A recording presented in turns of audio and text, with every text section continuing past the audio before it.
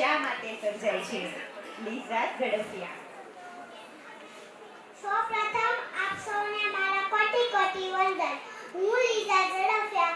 આજે ખૂબ જ સરળ તમે રોજબરોજ અનુભવતા હશો એવી કંઈક વાત કહેવા જઈ રહી છું. તમારા જીવનમાં સમસ્યાઓ કઈ રીતના સર્જાય, પણ ઈ પહેલા હું તમને ઉદાહરણ આપવા માંગુ છું. તમે બધા શાંતિથી સાંભળજો. એક ગાર્ડનની અંદર એક વ્યક્તિ ઝાડ નાખે છે, ચોખા નાખે છે, પક્ષીઓ ચણવા માટે આવે છે. મસ્ત મજાના પક્ષીઓ ચણતા હોય છે અને એમાંથી એક વ્યક્તિ પક્ષીઓને પથ્થર મારે છે. બોલો તો કયો વ્યક્તિ સારો કહેવાય? ઝાડ નાખે એ કે પછી પથ્થર મારે એ? ઝાડ નાખે એ વ્યક્તિ ઝાડ પાથરીને બેઠો છે. એ શિકારી છે. એ પક્ષીઓને